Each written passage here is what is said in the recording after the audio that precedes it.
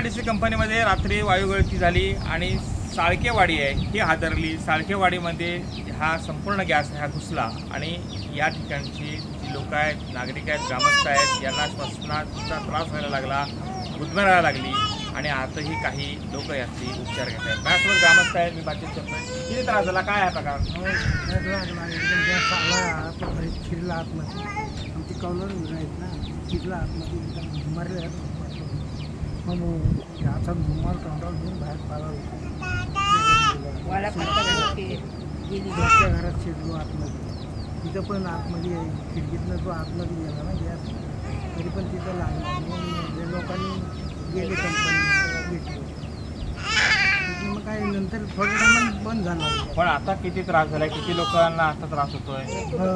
इथं भरपूर लोकांना त्रास झाला, वाडीतल्या संपूर्ण वाडीतली, त्या इकडे वाडीतली अजून माणसं आली नाहीत, ती सगळी रात्री सगळी गेली होती। भरपूर लोकांना वाडीतल्या बऱ्याचशा लोकांना आधी धनगरवाडीपर्यंत गॅस लागला एक्सेल कंपनीचा। आणि सामने हा आला तो आहे आमच्या इथं असा आला नाही, आता फिरला त्याची हवा होती, तर पाऊस लागत होता ना, तेव्हा ते काय समजलं नाही, आम्ही घ्यायला ही ते दुखट आलाय काय कसला म्हणलं, पिढीचा दुखट नाही म्हणलं, तर गॅस आलाय पाला पाला बाहेर चला, म्हणून पोराला घेऊन बाहेर आणि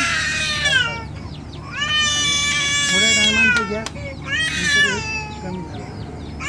घबराट पसरली होती सगळी, तुम्ही काय अनुभवलं रात्री, काय अनुभवलं? आम्ही पण घरामध्ये होतो, मुलांचा अभ्यास एक कॉल आला, मग मिस्टर बाहेर पडले, दरवाजा उघडला तर पूर्ण अंगणामध्ये पूर्ण धूर होतं तेव्हा मला एकदम दमछाती व्हायला लागली, घसा खोकव एकदम हे व्हायला लागलं। तसं नंतर थोड्या वेळाने पूर्ण दरवाजा बंद केलेला, मध्ये पूर्ण घरामध्ये शिरलेला, तरी पण मला दम वगैरे बरं होतं। तुम्ही काय बघितलं, काय बघितलं, किती धोका होता?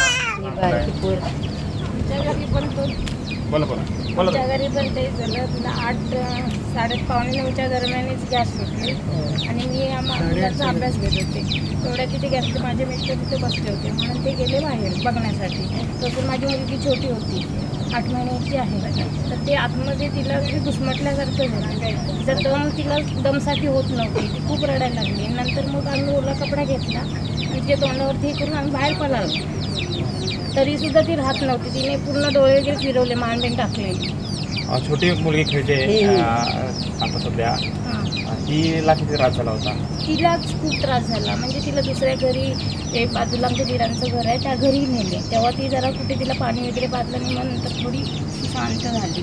आणि आज तिला रात्री नेणार होते डॉक्टरकडे, पण ते तिला म्हटले छोट्या मुलांना डॉक्टरला दाखवू म्हणून, आज तिला डॉक्टर घेऊन जाणार। थांबा, माईक काढून बोलायचं। घेस कुठले आले, धूर कसला आलाय, म्हणजे आम्हाला वाटतं पाऊस लागतोय म्हणून धुवा आला, म्हणून तो इकडून धुवा आला, तो सगळ्यावर पसरल्यानंतर आम्ही काय घाबरलेलं, आम्हाला घरात नाही यायला ताकद नव्हती आम्हाला इथे, आणि म्हातारा आमचे एकटेच होते, माझी सून घरात होती, म्हणून ती पोराने घेऊन पळाली तिकडे करत का ती त्रास होतोय, अजून त्रास होतोय, अजून त्रास होते आणि त्रास होते, मला पण त्रास होतो। आता वाटतं की असं पण आता काय सुटलं असं वाटतं गॅस, रात्रीची घटना आहे, मात्र अजूनही या वाडीची लोक, म्हणजे चालत्या वाडीतली सगळी ग्रामस्थ आहेत, हे भयभीत झालेत, सावरलेलं नाही आहे। या घरातील ज्या लोकांना जास्त त्रास झाला आहे, ती लोक हॉस्पिटलमध्ये उपचार घेत आहेत। कृष्णकांत साळगावकर, TVN मराठी, थेट रत्नागिरी।